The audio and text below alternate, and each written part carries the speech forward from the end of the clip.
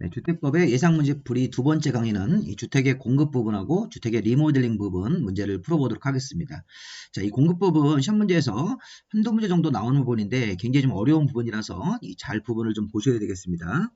자, 먼저 41번부터 문제를 보시면 23회 때 기출문제인데, 자, 주택의 공급 및 분양 가격에 관한 설명이다. 옳은 것은, 자, 우리 주택법에는 분양가 상한제라는 제도를 시행을 해서 우리 기본적으로 공공택지에서 신규로 공급하는 공동주택은 분양가 상한제를 해서, 자, 주변에 새 아파트 시세보다 좀 낮은 금액으로 분양하는 제도가 있었죠. 자, 그러면 첫 번째 우리 분양가 상한제 적용 주택의 분양 가격은 주택에 대한 건축비하고 이 토지에 대한 택지비로 구성이 되는 겁니다. 분양가 상한제 적용 주택의 분양 가격은 택지비와 건축비로 구성이 된다. 자, 1번 내용이 맞죠? 이 맞는 내용입니다. 자, 두 번째, 한국토지주택공사가 입주자를 모집을 하려면 시군구청장한테 입주자 모집 승인을 받아야 된다. 자, 이건 아니죠. 국가나 지방자치단체나 토지주택공사나 지방공사 이런 사람들은 자, 입주자 모집 같은 거 할 때 입주자 모집 승인을 받지 않습니다. 자, 우리 여기서 우리 앞에 강의에서는 주택을 건설할 때 30개 이상 주택을 건설할 때는 사업계획 승인을 받았는데 이 공급 파트로 오면 공급이라는 게 주택을 분양하거나 임대 아파트를 임대하는 것인데 그런 걸 하기 전에 입주자 모집 승인이라는 걸 따로 받아야 됩니다. 입주자를 모집을 하려면 입주자 모집 승인을 받아야 되는데 국가나 지방자치단체, 뭐 토지주택공사나 지방공사 이런 사람들은 입주자 모집 승인을 받지 않습니다. 2번 틀렸습니다. 자, 그 다음에 세 번째, 사업주체가 주택의 입주자를 모집하려면 입주자 모집 승인을 받는 건데, 이 복리시설 같은 상가에 입주자를 모집할 때는 시군구청장한테 신고하는 거죠, 신고. 복리시설에 입주자를 모집하려면 상가 같은 거, 입주자 모집을 해서 분양을 하려면, 이때는 입주자 모집 승인 같은 걸 받지 않고, 이거는 신고합니다, 신고. 이건 신고, 복리시설은 신고, 주택은 입주자 모집 승인, 토지주택공사는 입주자 모집 승인을 받지 않는 공공주체다. 4번 사업주체는 공공택지에서 공급하는 분양가 상한제 적용주택에 대해서 입주자 모집 승인을 받았을 때 분양가격을 공시할 필요가 없다 이렇게 되어 있는데 자 이렇게 사업주체가 공공택지에서 신규로 공급하는 그런 주택에 대해서는 공공주택에 대해서는 분양가 상한제 적용주택이 적용되고 공공택지에서 분양가 상한제가 적용돼서 주변 시대보다 싸게 분양받는 아파트는 이 사업주체가 입주자 모집 승인을 받았을 때 분양가격을 공시를 따로 해야 됩니다. 자, 택지비, 그 다음에 공사비, 간접비, 그 밖의 비용 이렇게 나눠가지고 택지비, 공사비, 간접비, 그 다음에 그 밖의 비용으로 나눠서 분양가격을 공시해야 된다. 우리 4번을 분양가격 공시제도로 하죠. 시민단체들이 많이 이걸 요구해서 제도화한 겁니다. 사업주체가 공공택지에서 분양가 상한제로 싸게 분양을 하면 입주자 모집 승인 받았을 때 이 분양가격, 분양원가라고 생각하시면 돼요. 분양원가를 외부로 공시해야 된다. 택지비, 공사비, 간접비, 그 밖의 비용 등으로. 자, 공시할 필요가 없다가 아니라 공시해야 됩니다. 그리고 이 공공택지가 아닌 택지도 분양가 상한을 하게 되면 시군구청장이 입주자 모집 승인하면서 이 분양가격을 공시를 해야 됩니다. 자, 그래서 여기 보시면 이 4번 지문 자체는 분양가격을 공시를 해야 한다 이렇게 해야 되고 자 그리고 하나 더 알아두실 거는 이 공공택지가 아닌 택지에서도 분양가 상한제를 할 수 있습니다. 자 공공택지가 아닌 택지에서도 분양가 상한제를 하는데 분양가 상한제를 하면 그때는 사업주체가 아니라 공공택지 아닌 택지에서 분양가 상한제로 싸게 분양할 때는 앞에 사업주체가 아니라 시군구청장이 입주자 모집 승인 같은 거 할 때 이런 분양가격을 또 일정한 항목으로 나눠서 공시를 해야 됩니다. 자, 이 4번 지문 핵심은 분양가격 공시제도인데 자, 공공택지에서 분양가 상한제로 싸게 분양을 할 때는 사업주체가 분양가격을 공시를 해야 된다. 자, 분양원가를 공시해야 되고 이게 공공택지가 아닌 택지에서 분양가 상한제를 하게 되면 앞에 주체가 사업주체가 아니라 시군구청장이 분양가격을 외부로 공시를 해야 된다. 그렇게 하나 추가적으로 좀 알아두실 필요가 있겠습니다. 자, 근데 5번 질문 같은 경우는 관광특구면 관광특구에서 150m 이상으로 큰 공동주택을 지면 돈이 좀 여유가 있는 분들한테 분양하기 때문에 분양가 상한제를 적용받지 않습니다. 그래서 우리가 이제 도시형 생활주택 자, 이런 관광특구에서 150m 이상으로 짓는 것 이런 것들은 분양가 상한제를 적용받지 않습니다. 자, 그래서 이 41번 문제가 좀 어렵죠. 자, 분양가 상한제 조정주택은 분양가격을 택지비와 건축비로 나눈다. 맞습니다. 자, 사업주체가 주택에 대한 입주자를 모집을 하려면 우리나라 3분양으로 입주자 모집을 하려면 신구청장한테 입주자 모집 승인을 받아야 되는데 토지주택공사 같은 공공주체는 받지 않습니다. 자, 복리시설에 입주자를 모집할 때는 승인이 아니라 신고고 그리고 공공택지에서 분양가 상한제로 싸게 분양할 때는 앞에 사업주체가 일정한 시기가 되면 분양가격을 공시해야 된다. 어떤 항목으로 나눠서 이 분양 원가 공개, 공공택지 외의택지에서도 분양가 상한제를 할 수 있는데 공공택지 외의택지도 분양가 상한제를 하면 시군구청장이 분양가격을 일정한 항목으로 나눠서 공시를 해야 됩니다. 시군구청장으로 주체가 바뀝니다. 자, 관광특구에서는 150m 이상으로 공동주택 같은 거 지을 때 분양가 상한제를 적용받지 않습니다. 정답은 1번으로 보는 게 맞겠죠. 41번 정답은 1번입니다. 자, 40번 정답은 1번으로 보시면 되겠고 해설 보시면서 자, 그리고 참고로 자, 주택법에서 핵심 이론 강의할 때 입주자 모집 승인이 요 위치에 들어간다고 생각하시면 되겠습니다. 자, 우리가 앞에서 이 등록사업자나 비등록사업자가 사업계획 승인을 받고 이 설계도를 제출해서 기본적으로 뭐 대지가 10만 제곱미터 이상이면 시도나 대도시한테 사업계획 승인을 받고 착공신고하고 5년 안에 공사를 착수하는 건데 자, 사업계획 승인을 받으면 이 공급 파트에서 별도로 입주자 모집 승인 같은 걸 받아서 입주자 모집 승인이 나오면 이 견본주택 같은 걸 이렇게 오픈을 해서 우리나라 선분양 형태로 분양을 하고 분양이 잘 성공적으로 마무리가 되면 바로 이렇게 그 계약금 같은 게 들어오기 때문에 그 돈 가지고 이제 착공신고하고 공사 착수가 들어가는 거죠. 아까 입주자 모집 승인을 신구청장한테 받고 우리가 이제 먼저 선분양을 하는 겁니다. 다만 아까 이제 국가나 지자체나 토지주택공사나 지방공사는 입주자 모집 승인을 받지 않습니다. 자, 이런 그림도 한번 이렇게 생각해 보시는 게 입주자 모집 승인의 위치 같은 걸 파악하는 데 도움이 될 수 있습니다. 자, 다음 우리가 42번 문제로 와보시겠습니다. 자, 주택의 공급에 관한 설명이다. 지금 틀린 걸 찾으시오. 이렇게 되어 있습니다. 자, 주택의 공급의 의미, 공급이라고 하는 것은 이 주택법의 38조, 이게 사업계획 승인을 받아서 주택을 짓는 그런 적용 대상인데, 주택법 38조 사업계획 승인 대상이 되는 주택이나 복리시설을 분양하거나 임대하는 것이다. 주택이란 공급이란 말의 의미는 자, 이런 주택이라든가 이 상가 같은 복리시설을 분양하거나 임대하는 것이 공급입니다. 자, 시험 문제에서 주택법상 주택의 공급이란 분양만 말한다고 하시면 안 돼요. 분양과 임대를 같이 이렇게 묶어서 공급이라는 표현을 쓰는 겁니다. 아파트를 분양하거나 또 임대 아파트 같은 것들을 임대하는 행위 자체가 이 공급이라는 표현으로 쓸 수 있습니다. 자, 두 번째가 아까 문제에서 나왔던 거죠. 자, 사업 주체가 입주자를 모집을 하려면 그러니까 3분양 같은 걸 해서 견본주택을 오픈하려면 그럼 신구청장한테 입주자 모집 승인을 받아야 되고 복리시설은 신고를 해야 됩니다. 앞에서 본 거랑 같은 겁니다. 다만 국가, 지자체, 토지공사, 지방공사, 공공사업 주체가 앞에 공공주체가 총지분의 50%를 넘게 가지고 있는 부동산 투자회사 자, 이런 것들도 공개업으로 보기 때문에 국가나 지자체, 토지공사, 지방공사는 입주자 모집을 할 때 이 승인을 안 받는다. 입주자 모집 승인.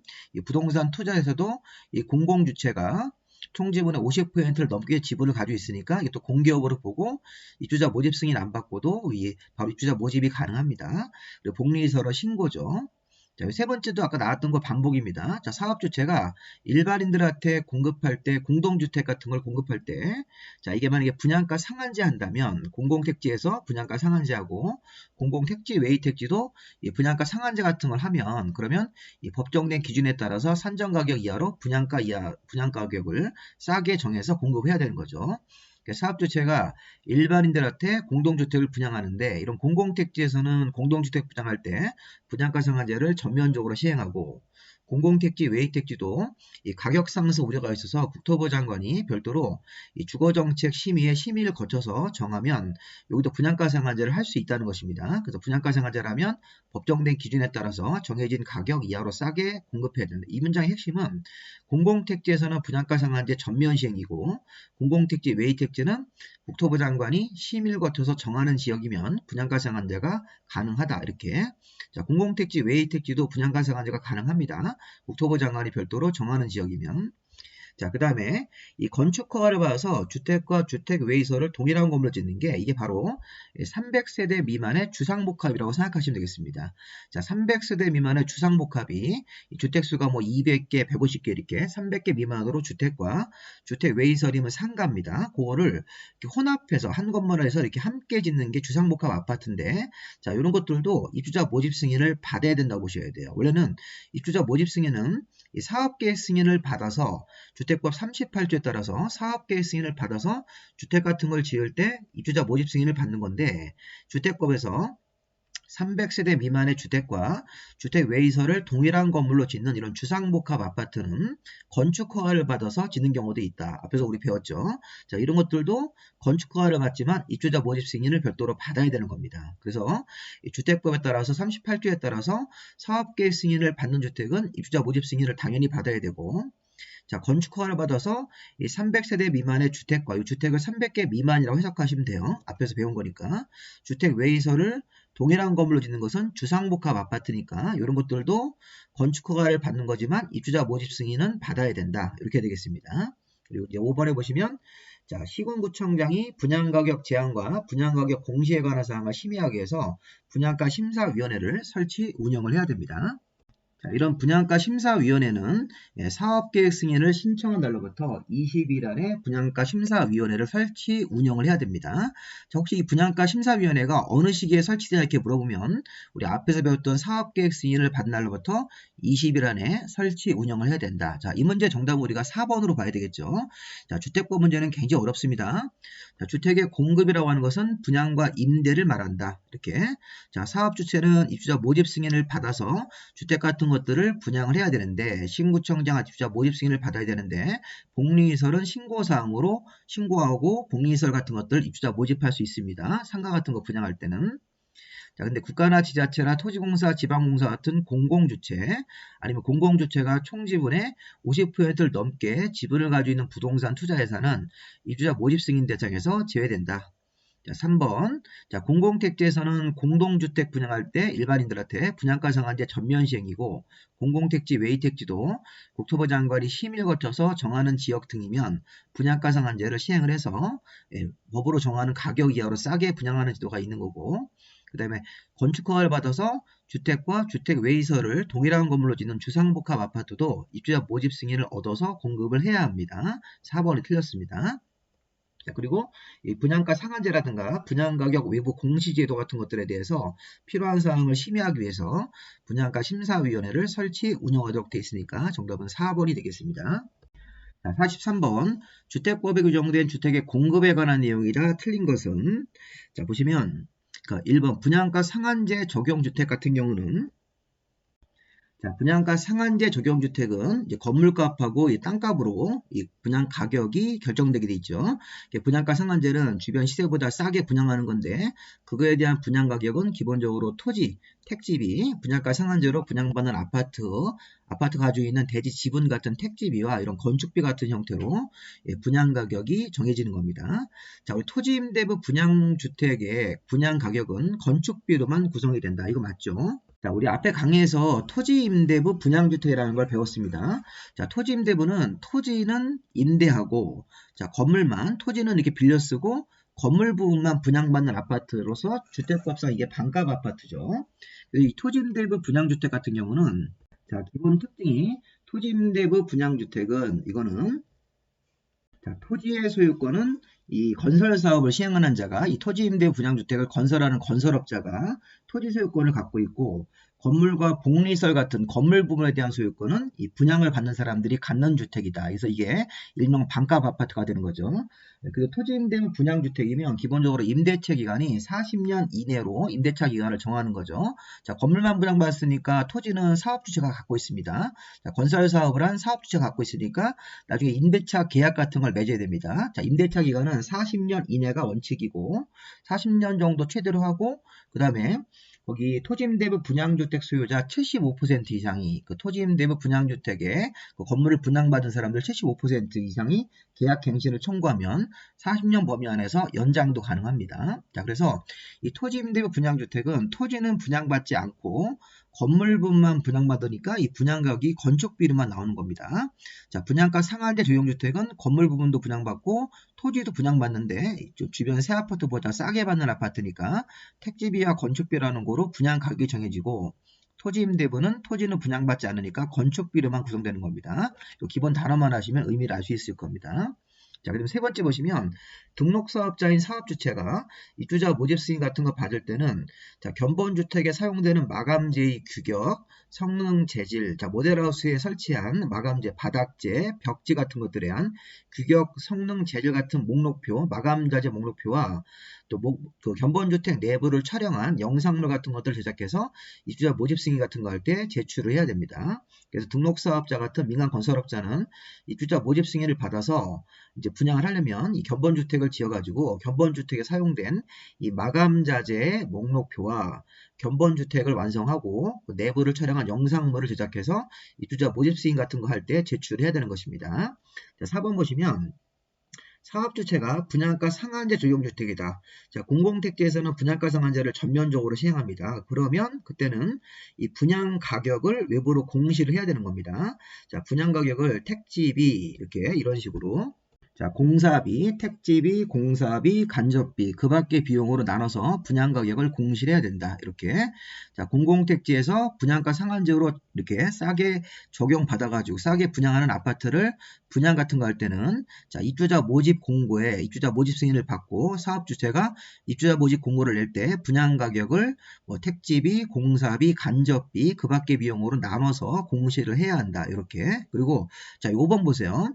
자, 공공택지, 외익택지도 분양가 상한제가 적용될 수 있습니다. 국토부장안에 따로 정하면 공공택지, 외익택지도 분양가 상한제를 하면 주체가 사업주체가 아니라 시군구청장이 입주자 모집 승인 같은 걸 할 때 분양가격을 외부로 법정된 구분에 따라서 공시를 해야 됩니다.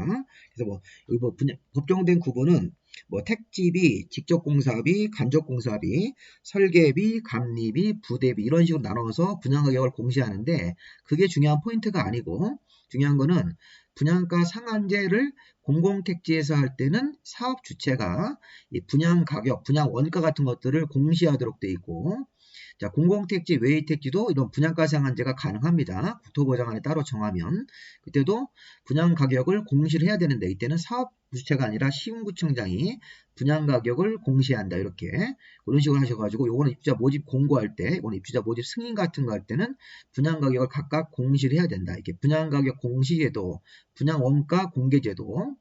입주자 모집 승인 받을 때 모델하우스 내부를 촬영한 영상물과 견본주택 같은 것들의 영상물과 마감자재 목록표를 제출해야 된다. 이런 것들 쭉 보면서 정답은 4번으로 봐야 되겠죠. 자, 공시하지 아니할 수 있다가 아니라 공시를 해야 되는 의무조항으로 봐야 됩니다. 43번 정답은 4번입니다. 자, 우리 앞에서 이제 44번 문제로 가보시면 자, 분양가 상한제는 공공택지에서 공동주택을 분양할 때는 전면 시행이 원칙이고 자, 공공택지, 외익택지도 분양가 상한제를 할 수 있습니다. 근데 분양가 상한제를 하더라도 여기 써있는 건물들은 분양가 상한제 적용해서 제외되는 건물들이 있습니다. 자, 분양가 상한제를 만약에 시행하는 공공택지라고 하더라도 도시형 생활주택, 경제자유구역에서 이 공동주택을 외자유치 촉진과 관련해서 별도로 심의 의결한 주택, 경제자유구역에서 심의 의결한 주택, 관광특구에서 50층 이상으로 짓거나 건물 높이가 150m 이상으로 지을 때 자, 4번 잘 보셔야 됩니다. 자, 정비법상 자, 공공재개발 사업 같은 거 할 때는 분양가 상한제를 면제시켜 주는 거예요. 비싸게 분양할 수 있게. 공공재건축은 분양가 상한제 적용 대상, 제외 대상이 아닙니다. 자, 공공재개발만 분양가 상한제 적용 대상에서 제외가 된다. 이렇게. 자, 주거재생 혁신지구 중에서 혁신지구 재생사업 중 10,000제곱미터 미만의 소규모 사업입니다. 이건 소규모 사업이기 때문에 분양가 상한제를 적용하지 않습니다. 자, 44번 상대적으로 되게 중요한 문제입니다. 분양가 상한제를 우리 공공택지에서는 전면적으로 시행하더라도 이런 도시형 생활주택, 경제자유구역에서 심의 의결한 주택, 관광특구에서 50층 이상으로 짓거나 또는 150m 이상으로 지을 때 자, 근데 공공재개발이 아니라 공공재건축이 아니라 공공재개발, 도시정비법상, 도시 및 주거환경정비법상 공공재개발 사업을 할 때 공공재개발로 일반 분양 같은 거 할 때는 분양가 상한제를 적용하지 않고 약간 비싸게 분양할 수 있습니다. 주변 시세에 맞춰서. 자, 그런데 여기서 그 공공 재건축은 들어가지 않죠. 그 다음에 주거재생혁신지구에서 혁신지구 재생사업 중 10,000제곱미터 미만, 여긴 또 안 나왔지만 또는 300세대 미만짜리도 있습니다. 10,000제곱미터 미만 또는 300세대 미만 이런 사업이면 이 분양가 상한제를 적용받지 않은 소규모 사업으로 볼 수가 있습니다. 정답은 4번으로 보시면 되겠죠. 자, 다음은 45번 가보겠습니다. 자, 우리 주택부에서는 공급질서 교란금지라는 게 있었죠. 주택부에서는 이 공급질서 교란금지라는 게 주택을 분양받을 수 있는 지위나 증서를 양도, 양수하거나 알선 광고해서는 안 되죠. 자, 그런데 이런 저당 같은 행위는 금지 행위가 아닙니다. 자, 우리 공급질서 교란금지에서 자, 이거는 우리 청약통장과 관련이 없는 겁니다. 청약통장을 써서 아파트를 분양받은 분양권이 아니고 그거 이외에 주택부에서는 주택을 공급받을 수 있는 지위들이 있었죠. 대표적으로 주택 상환사채 같은 거 또는 지역이나 직장조합원 지위 같은 게 있었습니다. 그래서 보면 이번 주택을 공급받을 수 있는 조합원 지위가 지역 직장조합원 지위를 다른 사람한테 양도 양수하시면 안 됩니다. 양도 양수 개념에 이 증여도 포함됩니다. 자, 주택 상환사채도 양도 양수하는 게 금지입니다. 자, 그런데 이런 저당 잡히고 돈 빌려 쓰는 거는 공급질서 교란 금지가 아닙니다. 여기 보시면 상속이나 저당 같은 행위는 양도, 양수나 뭐 알선, 광고 같은 금지행위 들어가지 않기 때문에 요거는 2번을 정답으로 보시고 이건 기본 문제입니다. 그 다음에 주택을 공급받을 수 있는 지역조합원의 지위를 매매하기 위해서 인터넷 광고, 이 광고도 금지행위입니다.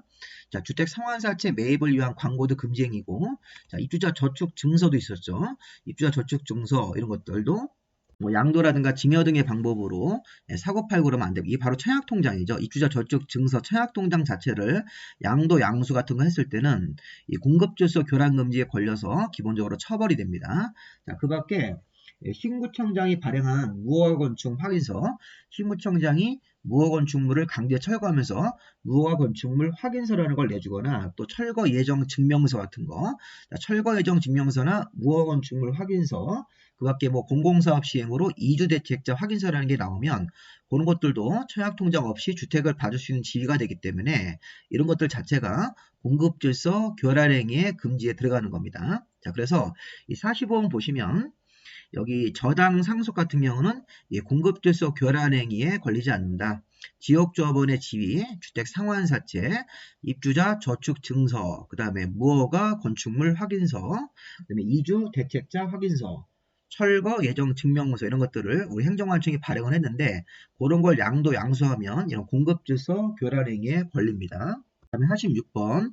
자, 공급질서 교란 금지에 걸렸을 때, 위반했을 때, 처벌조항, 벌칙조항이 있습니다. 자, 틀린 겁니다. 자, 주택을 공급받을 수 있는 증서나 지위를 양도, 양수하거나, 자, 이렇게 불법으로 양도, 양수한 사람이 있으면, 자, 양도한 사람, 양수한 사람 둘 다 주택을 공급 신청할 수 있는 지위를 무효로 하거나 이미 불법 양수인한테 계약이 체결됐으면 계약을 취소할 수도 있는 것이죠. 자, 무효나 취소할 수 있다. 불법으로 양도, 양수한 사람이 공급받을 수, 주택에 공급 신청할 수 있는 지위를 무효로 하거나 이미 체결된 계약을 취소할 수 있습니다. 두 번째, 주택을 공급받을 수 있는 증서나 지위를 양수한 자에게 자, 법정된 가격을 지급을 하면 이게 환매입니다. 환매. 사업주체가 불법으로 이렇게 양도 양수가 되어서 모르고 이 사업주체가 주택을 공급했을 때는 자, 법정된 가격을 지급한 날에 그 주택을 다시 뺏어오는, 다시 취득한 것으로 보는 거죠. 사업주체가 다시 되찾아올 수 있다는 것입니다. 자, 이건 환매할 수 있다는 것이죠. 자, 사업주체가 주택 가격을 지급하고 나서 이 소유권을 다시 뺏어오고 실제 그 집에 계속 사람들이 거주하고 있으면 이게 퇴거를 명령할 수도 있는 겁니다.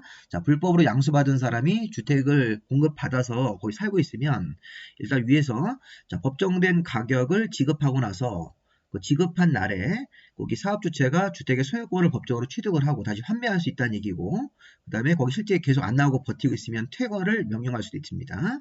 그리고 이 공급질서 교란금지에 걸려서 위반사항이 되면 이게 리스트에 올라갑니다. 블랙리스트처럼 올라가서 이 공급질서 교란금지 규정을 위반한 자에 대해서는 10년 이내 범위 안에서 다른 일반 아파트 청약통장을 가지고 신청할 수 있는 일반 아파트 입주자 자격을 제한할 수도 있습니다. 자, 5번이 문제가 있죠. 이런 거는 이 투기행위로 봐서 보통 기본적으로 3년 이하의 징역으로 가는 거죠. 공급질서 교란금지를 위반해서 불법으로 양도 양수한 사람 이런 사람에 대해서는 3년 이하의 징역 3천만 원 벌금에 처한다. 단 3천만 원보다 얻은 이익이 더 클 수 있습니다. 그래서 자, 위반 행위로 얻은 이익의 3배에 해당하는 금액이 3천만 원을 초과하면 자, 3년 이하의 징역, 그 이익의 3배에 해당하는 벌금으로 처벌하는 경우도 있겠죠. 자, 만약에 얻은 이익이 2천만 원이다. 그럼 2천만 원의 3배면 6천만 원이 되는 겁니다. 그럼 그 6천만 원으로 벌금을 부과할 수 있다는 것이죠. 최대. 이런 식으로 해가지고 징역이나 벌금 처벌이 됩니다. 3년 이하의 징역, 3천만 원 벌금인데 자, 위반 행위로 얻은 이익의 3배에 해당하는 금액이 3천만 원을 초과하게 되면 그 3배에 해당하는 금액으로 벌금형을 부과하도록 되어 있습니다. 자, 우리 46번 정답은 요거 기본적으로 5번으로 봐야 되겠죠. 자, 47번 가보겠습니다. 자, 47번 보시면 이 저당권의 설정 제한 문제인데 자, 이거는 자, 사업 주체, 우리 건설회사가 주택사업을 할 때 자, 실제 이렇게 지어지고 있는 주택을 생각하셔야 돼요. 주택사업을 하고 이렇게 땅 같은 거하고 건물이 막 올라가면 그거에 대한 소유권을 사업주체인 건설업자가 갖고 있는 상태에서 계약금이나 중도금, 잔금 같은 걸 받습니다. 그랬을 때 그 사업하는 기간 동안 이 저당권 같은 걸 설정해가지고 입주민들한테 피해주면 안 된다는 겁니다.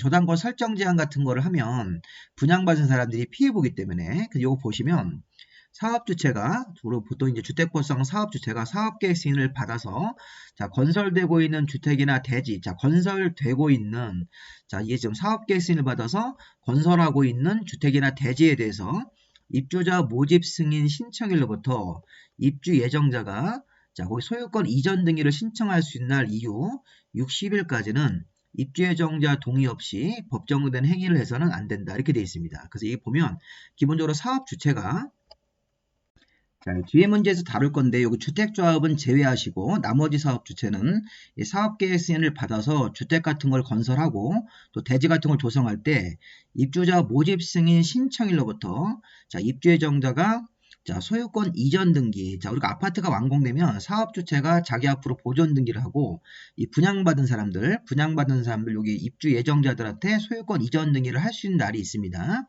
소유권 이전 등기를 할 수 있는 날은 별도로 통지한 날이 있습니다. 이 잔금 들어온 거 확인하고 사업 주체가 별도로 통지한 날, 그 날짜로부터 60일까지는 입주 예정자 동의 없이 자, 법정된 행위를 해서는 안 된다. 자, 여기서부터 출발점, 입주자 모집 승인 신청일로부터 소유권 이전 등기 신청할 수 있는 날 이후 60일까지는 입주 예정자 동의 없이 자, 법정된 행위를 해서는 안 된다. 뭐 저당권 같은 담보물권 설정해서 이 지어지고 있는 아파트나 땅을 담보로 건설회사가 돈 빌려 쓰는 거 안 됩니다. 입주 예정자가 피해보기 때문에 거기다가 지어진 아파트에다가 전세권이나 지상권 등기되는 임차권을 설정하면 입주 예정자들이 피해볼 수 있습니다. 또 증여라든가 매매나 증여 등 이미 분양을 한 건데 이중으로 매매하거나 증여 등의 처분 행위하면 입주 예정자가 피해보기 때문에 이런 행위 해서는 안 되는 겁니다. 다만 이 저당권이 입주자들이 주택가격의 일부 공제가 이게 중도금 대출입니다. 중도금 대출 같은 것들을 받기 위해서 요 해당되는 기간 안에 저당 잡히고 돈을 빌려 쓰고 이런 것들은 가능하다. 3번은 가능한 겁니다. 자, 4번에 1번 규정에 위반하면 요거 저당권 설정 제한 같은 걸 위반하면 2년 이하의 징역 2천만 원 벌금이죠. 우리 앞에 문제에서 공급질서 교란 금리는 3년 3천만 원인데 자, 이건 기본적으로 2년 2천만 원으로 봐야 됩니다. 자, 5번이 틀렸는데 좀 전에 여기서 입주자 모집 승인 신청일로부터 소유권 이전 등기 신청할 수 있는 날 이후 60일까지는 이 저당권 같은 거 설정하면 안 되는데 자, 소유권 이전 등기를 신청할 수 있는 날이 잔금 지급일이 아닙니다. 잔금을 지급하고 나서 하루나 이틀 뒤 별도로 입주 예정자한테 통보한 입주 가능한 날이 있습니다. 이게 이사 들어갈 수 있는 날입니다.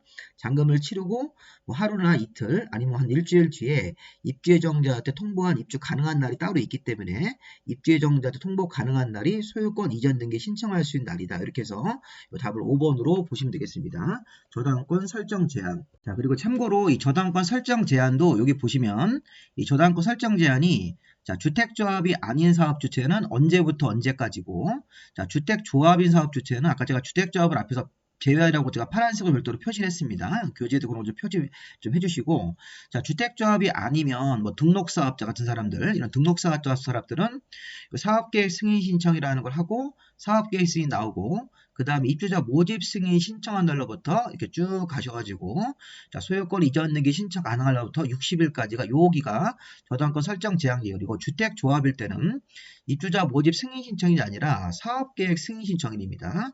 자, 우리 앞에서 배웠던 30개 이상 주택을 지으려고 이 사업계획 승인을 신청한 날로부터 자, 입주자 모집 승인은 요 뒤에 있죠. 그러니까 요거 좀 구별하셔야 됩니다. 주택조합이 아닌 사업주체는 입주자 모집 승인 신청일로부터 소유권 이전 등기 신청 가능한 날 이후 60일까지 저당권 같은 거 설정하면 안 되는 거고, 요 사이에 이제 아파트가 지어지는 거고, 이 건설업자들 사업주체는 계약금, 중도금, 잔금을 받겠죠. 그리고 이제 주택조합인 사업주체일 때는 입주자 모집 승인 신청일이 출발이 아니라 이 사업계획 승인 신청일로부터 이렇게 60일까지 뒤에는 같습니다. 주택조합일 때는 이렇게 우리가 이 저당권 설정 제한 금지가 들어가는 것이니까 이런 부분도 구별해서 보시면 좋겠습니다. 다시 문제로 오셔서 이제 48번을 보겠습니다. 자, 우리 금방 설명과 바로 여기 나왔네요, 문제가. 자, 주택법상 저당권 설정 제한 관련된 조항으로 기업과 니은에 들어갈 것으로 옳은 것은 자, 사업주체가 주택조합이라고 나오면 출발점이 어딘가요? 출발점이 자, 이게 사업계획 승인을 받아서 건설되고 있는 주택 대지에 대해서 자, 여기가 입주자 모집 승인 신청이 아니라 이 뭐야? 사업계획 승인 신청이죠. 1번, 2번처럼 요 사업계획 승인일이 아닙니다. 사업계획 승인 신청일 이후부터 주택 및 대지에 대해서 니은 기간 동안, 니은이 언제입니까? 소유권 이전 등기를 신청할 수 있는 날 60일까지니까 요 기간. 자, 주택 조합일 때는 요 출발점이 입주자 모집 승인 신청일이 아니라 그거보다 앞선 절차인 사업계획 승인 신청일 이후부터 자, 입주 예정자들이 그 주택 대지에 대해서 소유권 이전 등기를 신청할 수 있는 날 이후 60일까지가 들어가야 되겠죠. 니은번에. 니은번에 요가 들어가야 됩니다. 그래서 기업번에 여기 1번 사업계획 승인 신청일, 니은번, 소유권 이전 등기를 신청할 수 있는 날 이후 60일까지는 입주 예정자 동의 없이 지어지고 있는 주택이나 대지에 대해서 저당권 같은 거 설정하거나 전세권이나 기산권 같은 이런 제한 물권 설정 같은 거 해서는 안 되는 겁니다. 다만 이게 주택건설 촉진을 위해서 대통령령으로 정하는 경우는 제외, 이게 바로 이제 중도금 대출 같은 것들, 그런 것들은 가능하다는 거니까 정답 1번으로 보시면 되겠죠. 1번에서 사업주체가 주택조합일 때는 언제부터 시작하는 거냐, 저당권 설정 제한이. 다음 문제. 자, 49번 문제는 이 저당권 설정 제한 지금 배우고 있는데 이 저당권 설정 제한 관련해서 이걸 또 부기 등기를 해놓으셔야 돼요. 소유권 갑고라 이런 기타 등기부에다가 부기 등기를 해서 관련 내용들도 알려야 됩니다. 이 바깥으로 또 예고를 해야, 어떤 경고를 해야 된다는 거죠. 자, 49번을 보시면 저당권 등의 설정 등을 제한할 때 사업주체는 입주예정자 동의 없이는 양도나 또 제한물권을 설정하거나 압류나 가압류, 가처분이 될 수 없는 재산임을 소유권 등기에다가, 소유권 갑부에다가 부기 등기를 해야 되는데, 자, 이 부기 등기 이후에 뭐 이렇게 양도가 안 되는 건데 양수 같은 거 하거나 제한 물권 설정받으면 그 효력은 다 무효라는 겁니다. 부기 등기로 이미 경고가 되어 있는데 부기 등기 이후에 이렇게 그 위반 같은 거에서 뭐 양수하거나 제한 물권 설정한 사람들은 다 그 계약 자체가 다 무효가 되는 겁니다. 자, 문제는 이 부기 등기의 시기인데, 자, 이번 지문처럼 국가나 지자체나 공공기관 등이 사업 주체일 때는 이런 부기 등기를 하지 않습니다. 자, 문제는 3번 좀 보세요.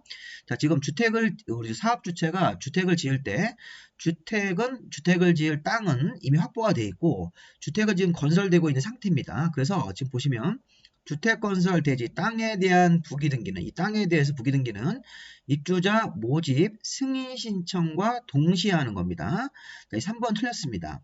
자, 3번 보시면 주택을 건설할 대지는 이 사업주체가 이미 소유권을 가지고 있기 때문에 거기에 대한 부기 등기는 입주자 모집 승인 신청과, 여기 입주자 모집 공고 승인 신청과 동시에 하는 거지 30일 이내 하는 게 아닙니다. 그래서 입주자 모집 승인 신청을 하면서 이 땅은 여기 보시면 양도가 안 됩니다. 제한물권 설정 같은 게 안 됩니다. 이런 식으로 뭐 부기 등기를 해야 되는 거고, 자, 건설된 주택은 아파트 같은 거 건물 부분은 자, 땅에 대한 등기는 미리 부기 등기를 해놓고, 자, 이게 완성된 이 주택, 자, 건설된 주택에 대한 부기 등기는 소유권 보존 등기, 아파트가 다 완공되고 이 사업주체가 자기 앞으로 보존 등기와 동시에 부기 등기를 하도록 되어 있습니다. 자, 아파트가 지어지고 있는 동안은 등기가 없기 때문에 이 건설된 주택, 아파트는 부기 등기를 언제 합니까? 물어봤더니 소유권 보존 등기. 자, 아파트가 완공되고 나서 보존 등기와 동시에 이런 부기 등기라는 거를 해야 되는 거고, 이 대지에 대한 부기 등기는 이미 사업주체가 소유권을 가지고 있으니까 입주자 모집 공고 승인 신청과 동시에 해야 된다. 답이 3번이 되는 겁니다. 자, 그리고 사업주체는 사업계획 승인이 취소되거나 입주예정자가 소유권 이전 등기 같은 걸 신청했을 때를 제외하고는 부기등기를 말소할 수 없다. 이렇게 부기등기는 유지가 돼야 된다. 이렇게 보시고 중요한 게 3번하고 4번이 포인트입니다. 부기등기까지 해야 되는데 이 대지는 언제 하고 자, 완성된 건설된 주택에 대해서는 부기등기를 언제 합니까? 이 부분을 잘 보시기 바랍니다. 정답을 일단 3번으로 보시면 되겠죠. 자, 다음 문제. 자, 주택법에서 이 전매행위 제한이라는 규정이 있습니다. 자, 여기 50번 문제는 주택의 전매행위 제한이라는 문제인데 이거는 청약통장을 사용을 해서 주택을 분양받았을 때 우리 그걸 이제 분양권이라고 말을 쓰죠. 자, 이런 분양권 같은 경우는 앞에서 배웠던 공급질소 교란금지랑은 다른 겁니다. 그러니까 주택 상환사채, 지역 직장조합 이런 거랑 다르게 주택, 분양받은 주택이죠. 청약통장을 사용해서 분양받은 주택에 또는 뭐 분양권 같은 것들의 전매행위 제한 규정이 우리 별도로 공급화되어 있습니다. 자, 옳은 걸 쳤습니다. 자, 먼저 1번에 자, 제한되는 전매라고 하는 것은 매매나 증여나 상속, 그 밖에 권리 변동을 모두 수반하는 행위가 포함된다 이렇게 되어 있는데 이 상속 같은 경우는 안 되죠. 자, 상속으로 뭐 부모로부터 자식들한테 상속되고 이런 것들은 이런 거는 이 전매행위 금지의 그 전매에 들어가지 않습니다. 그래서 전매라고 하는 것은 뭐 매매나 증여 같은 거를 말하지만 상속은 포함되지 않습니다. 자, 두 번째, 투기과열지구에서 건설 공급되는 주택의 입주자로 선정된 지위. 자, 이게 바로 투기과열지구에서 청약통장을 사용해가지고 이 주택을 분양받았을 때 그 분양받은 분양권, 이 분양권이 입주자 선정 지위입니다. 자, 이거를 자 분양가 상한제는 따로 있고 기간이 자 분양가 상한제가 아니면서 투기과열지구로 묶인 지역에서 이 주택의 입주자로 선정되었다 그러면 이게 수도권의 경우에는 3년이죠, 3년. 수도권 3년, 수도권 외의 지역은 1년이기 때문에 좀 이따 이제 관련 내용들 좀 보겠습니다. 2번도 틀렸습니다. 자, 3번. 상속에 의해서 취득한 주택으로 세대원 일부가 이전할 때는 전매 제한 대상이 되는 주택이라도 전매할 수 있다는데, 자, 이것도 좀 틀렸습니다. 이게 뭐냐면, 자, 우리 전매 제한 기간이라는 게 있어요. 이 전매 제한 기간도 개정이 돼가지고, 뭐 3년, 뭐 1년, 뭐 6개월 이렇게 되어 있는데, 이 주택의 종류에 따라서. 근데 그 전매 제한 기간이라도 불가피한 사유가 있으면 저 전매할 수 있는 그 기간을 적용하지 않습니다. 자, 불가피한 사유가 상속으로 취득한 주택이 있다. 저 어떤 갑이란 자가 청약통장을 써서 주택을 분양받아가지고 입주자 지위가 있었는데, 그 갑한테 부모님이 주택을 물려준 겁니다. 상속으로. 그러면 그 상속받은 주택으로 세대원 전부가 이사를 들어가면 현재 가지고 있는 분양받은 주택을 전매할 수 있는 것입니다. 이 토지주택공사 같은 공공주체한테 동의받으면 전매할 수 있습니다. 이때는 세대원 전부가 상속받은 주택으로 이사를 들어가면 현재 갖고 있는 이 입주자 지위를 불가피한 사유로 인정받아서 전매 제한 기간에도 팔 수 있는 것입니다. 자, 이 전매 제한 기간은 따로 볼 겁니다. 3번도 틀렸죠. 세대원 전부가 이전을 해야지만 불가피한 사유가 되어서 이 주택 자체를 전매할 수 있는 것이죠. 자, 그 다음 네 번째 보시면 분양가 상한제 적용주택을 공급받은 자가 근무 등의 사유로 자, 우리 근무 등의 사유로 전매를 하면 자, 요거는 분양가 상한제 적용주택 같은 경우는 이 근무 같은 사유로 이게 불가피한 사유로 전매가 됐을 때 자, 시장군수청장이 우선적으로 매입할 수 있다 이렇게 돼 있는데 이게 토지주택공사가 우선적으로 매입할 수 있다 이런 식으로 바꿔야 되겠죠. 자, 요 내용의 취지는 이 4번 질문은 분양가 상한제는 싸게 분양받았으니까 전매 제한 기간 동안은 이 전매하지 말고 갖고 있어야 되는데 자, 이렇게 불가피한 사유로 해도 전매할 때는 전매할 수 있지만 대신 그 전매 차익 같은 것들은 이거 회수하기 위해서 토지주택공사가 우선적으로 매입할 수 있습니다. 그래서 토지주택공사가 우선적으로 매입할 수 있다. 요 조항을 적용하는 거죠. 자, 근데 우리 5번 질문 자체는 전매행위 제한을 위반해서 입주자로 선정된 지위의 전매가 이뤄졌을 때는 사업주체는 매입 비용을 매수인한테 지급한 날에 입주자로 선정된 지위로 본다. 이게 바로 환매 규정입니다. 자, 환매 규정으로 보고 전매 제한을 위반해서 입주자 지위가 전매가 되면 불법 전매입니다. 그러면 사업주체가 매입한 비용 같은 거를 자, 매수자한테 지급하면 입주자로 선정된 지위 같은 것들을 다시 뺏어올 수 있다는 것입니다. 환매할 수 있으니까 이 5번이 정답입니다. 자, 1번 같은 경우는 이 불법 전매에는 매매나 증여는 들어가지만 상속은 포함되지 않는다.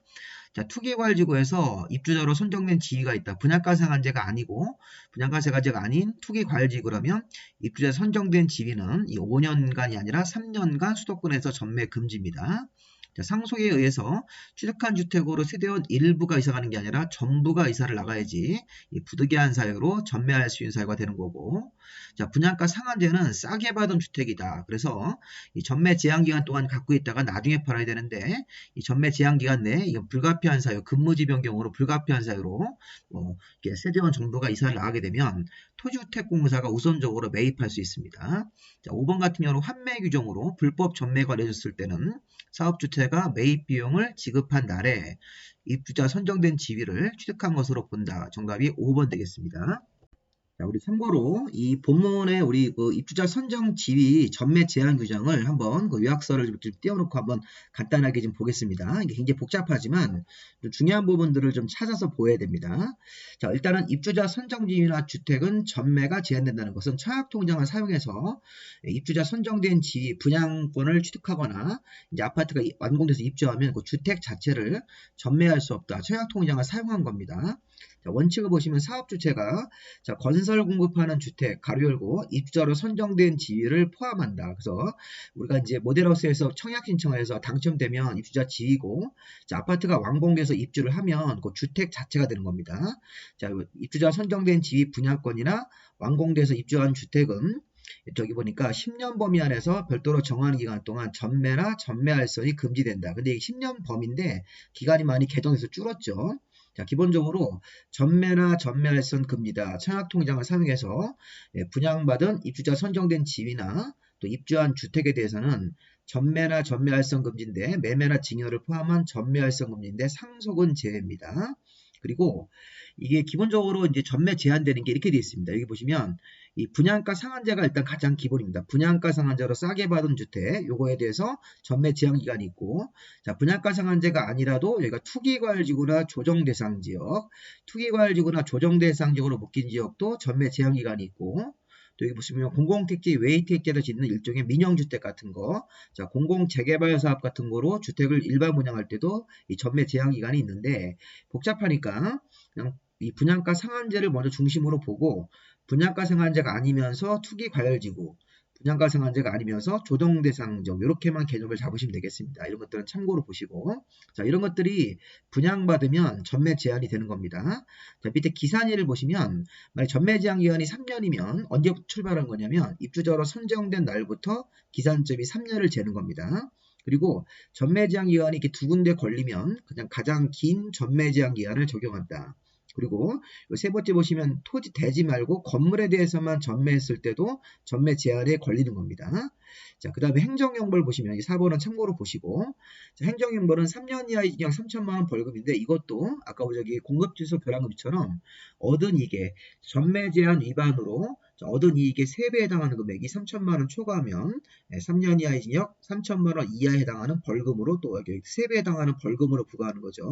만약 얻은 이익이 자, 전매 금지인데 전매를 해가지고 얻은 이익이 2천만 원이다. 그럼 2천만 원의 3배면 6천만 원이니까 그 6천만 원 이하 범위 안에서 벌금을 부과할 수도 있다는 것입니다. 자, 그 다음에 여기 이제 쭉 내려오시면 다른 건 필요 없고, 자, 이게 전매 제한 기간에 있더라도 이 불가피한 사유가 있으면 전매가 가능합니다.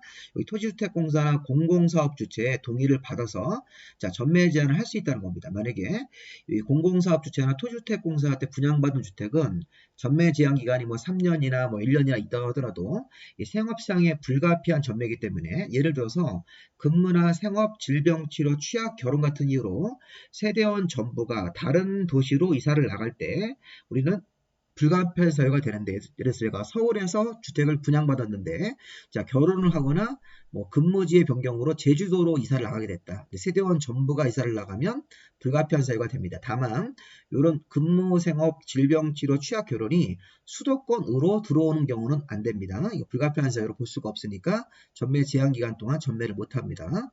수도권 바깥으로 나갈 때만 이런 사유가 세대원 전부가 나갈 때 자, 불가피한 사유가 되는 거고, 자, 상업받은 주택으로 세대원 전부가 이사를 나갈 때 또 세대원 전원이 해외로 이주, 이민을 가거나 2년 이상 해외 체류, 세대원 전부가 자, 이혼으로 이혼하면서 배우자한테 남편 명의의 주택 분양받은 지위를 부인할 때 주는 것도 이게 불가피한 사유가 되는 겁니다. 그 다음에 이제 혼인 중에 6번, 5번은 참고로 보시고 6번은 혼인 중에 입주자 선정된 지위를 공동명의로 하기 위해서 부인한테 일부를 주거나 또 반대편으로 또 남편한테 일부를 주고 이런 것들은 불가피한세가 됩니다. 자, 실직이나 이런 신용불량 등으로 경제적 어려움 같은 게 있을 때는 또 그걸 또 불가피하게 팔아서 전매를 해야 돼서 이런 불량 상태를 해소해야 되기 때문에 또 불가피한세로 최근에 이제 들어갔죠.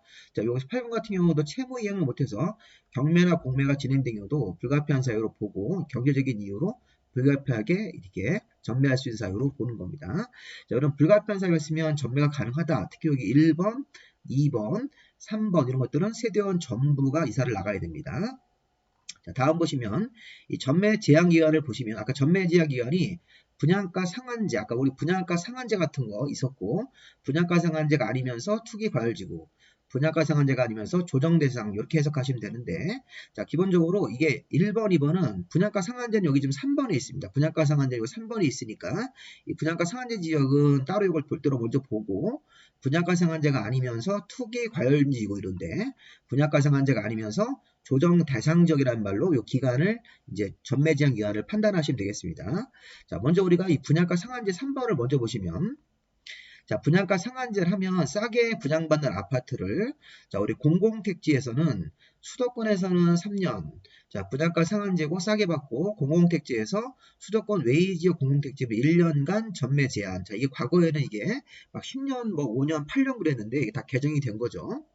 그리고 분양가 상한제로 싸게 받았다. 근데 거기가 공공택지가 아닌 지역이다. 그러면서 투기과열지구 수도권이면 3년, 그 다음에 분양가 상한제로 싸게 받았는데 공공택지 외의택지고 투기과열지구면서 수도권 외의지역 같은 경우는 1년 이런 식으로 해서 조금 이거 어려운데 자, 우리가 분양가 상한제로 싸게 받았다. 그리고 공공택지에서 짓는 아파트는 수도권 3년, 수도권 외의지역은 1년. 요걸 중심으로 먼저 보세요. 자, 잘 모르시겠으면 그냥 3년, 1년 이렇게 하셔도 됐습니다. 이게 제일 이게 시험 문제가 여기도 공공택지 외의택지고 분양가 상한제, 공공택지 외의택지고 투기과열지구면 수도권 3년, 수도권 외의지역 1년이니까 요 수도권 3년, 수도권 외의지역은 1년. 요것만 중심으로 보시면 돼요. 그래서 분양가 상한제, 공공택지 그러면서 수도권일 때는 3년, 수도권 외의지역은 1년. 자, 그 다음에 분양가 상한제면서 공공택지가 아닌 택지일 때는 거의 투기과열지구로 들어왔을 때는 요 3년 수도권 외의지역은 1년입니다.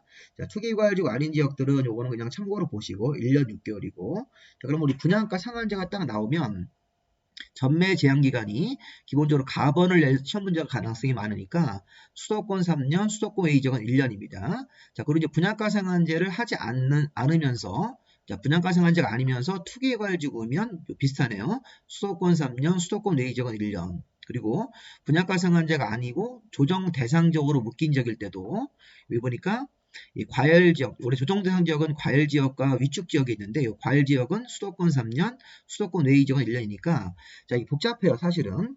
여러분들 하실 거는 뭐냐면 아까 분양가 상한제 같은 걸 했을 때도 공공택지를 시험 문제를 낼 가능성이 많으니까 수도권 3년, 수도권 외의지역은 1년. 그리고 여기 분양가 상한제가 아닌 지역이라도 이런 투기과열지구면 또 수도권 3년, 수도권 외의지역은 1년.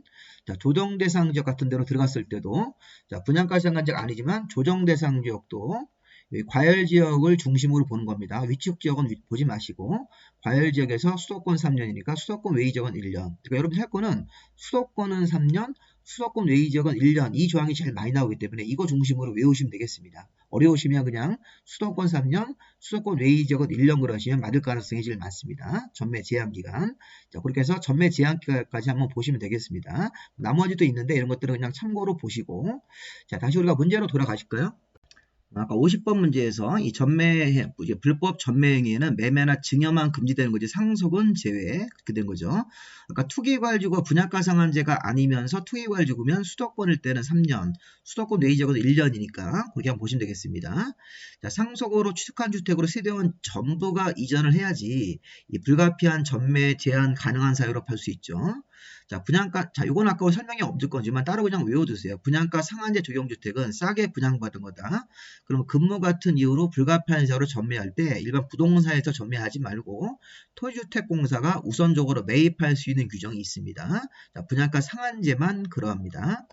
그리고 5번은 전매 금지를 위반해서 불법 전매한 겁니다. 자, 불법으로 전매했을 때는 불법 전매가 이루어지면 사업 주체가 자, 일정한 매입 비용을 계산해서 이걸 지급을 하면 입주자 선정된 지위를 다시 뺏어올 수 있는 환매 규정이라는 게 있으니까 정답을 5번으로 보시면 되겠습니다. 자, 51번에 자, 우리 주택법에는 투기과열지구하고 조정 대상지역이라는 게 있었죠. 우리 이전 정부, 우리 문재인 정부 때는 이런 투기과열지구를 많이 이렇게 활용을 했는데 또 조정 대상지역도 있었고, 근데 지금은 이제 많이 좀 풀었죠. 그래서 좀 시험 문제 나올 가능성은 좀 약하지만 한번 좀 보겠습니다. 자, 투기과열지구는 여기 투자라는 말 때문에 지정권자가 2명이 있습니다. 투기과열지구는 국토부 장관하고 시도의사가 이런 주택 가격이 급등하는 적에 대해서 일정한 조건이 맞으면 투기과열지구를 정할 수 있다. 참고로 조정 대상 지역은 지정권자가 국토부 장관밖에 안 되는데 투기과열지구는 국토부 장관이나 시도지사가 정할 수 있습니다. 투기과열지구 지정되면 주택 같은 거 전매 같은 제한이 기간이 길어지고 또 세금도 많이 나오고 이런 거죠. 또 이렇게 대출 같은 거 받을 때도 심사를 까다롭게 하고 대출 나오는 금액도 적어지는 그런 데가 투기과열지구 효과입니다. 자, 투기과열지구는 장관이나 시도의사가 지정 해제할 수 있다. 맞고 2번 투기과열지구를 지정 해제할 때 국토부 장관은 자기 하급자 시도지사 의견을 듣는 거고 시도지사가 자, 투기과열지구를 정할 때는 국토부 장관하고 이렇게 승인받는 게 아니라 국토부 장관하고 협의해서 투기과열지구를 지정 해제해야 된다. 이렇게 되는 거죠. 그래서 투기과열지구를 정할 때는 국토부 장관이 정할 때는 하급자 의견을 듣는 거고 시도지사가 투기과열지구를 정할 때는 국토부 장관하고 협의하는 겁니다. 상급자랑 업무 협의하는 거지 승인을 얻는 건 아닙니다. 그래서 2번을 정답을 하시고 투기과열지구 지정권자 이거는 지정하는 절차. 자, 세 번째, 자, 투기과열지구에서 입주자 선정된 지위나 사업주체가 건설 공급하는 주택은 대통령령으로 정한 기간 동안 전매할선이 금지된다. 이런 거 있었죠. 아까 그랬죠. 투기과열지구가 분양가 상한제가 아니라면 뭐 수도권은 3년, 수도권 외의 지역은 1년 같은 게 있으니까 이런 전매 제한 기간 같은 게 있죠. 자, 그 다음에 투기과열지구 4번에 투기과열지구 지정권자는 투기과열지구 지정사유가 없어졌다고 인정하면 지체 없이 투기과열지구를 해제를 해야 됩니다. 그리고 국토부 장관은 반년마다 이게 반기죠. 6개월마다 주거정책심의위원회 심의를 소집해서 주택가격의 안정 여건 같은 것들, 주택가격의 안정이라든가 여건 변화 등을 고려해서 투기과열지구 지정의 개성 여부를 재검토한다. 국토부 장관이 반년마다 투기과열지구를 계속 할 건지 안 할 건지에 대해서 재검토하도록 되어 있습니다. 이게 과거에는 이게 1년마다였는데 이게 이제 반년마다로 개정이 된 거니까 맞는지 문으로 봐야 되겠죠. 정답은 3번으로 보는 게 맞겠습니다. 51번 정답은 3번. 자, 다음 52번 문제. 자, 이 문제는 국토부 장관이나 시도의사가 투기과열지구를 정하는데 어떤 기준에 맞아야지만 투기과열지구를 정할 수 있는 구체적인 규정이 있습니다.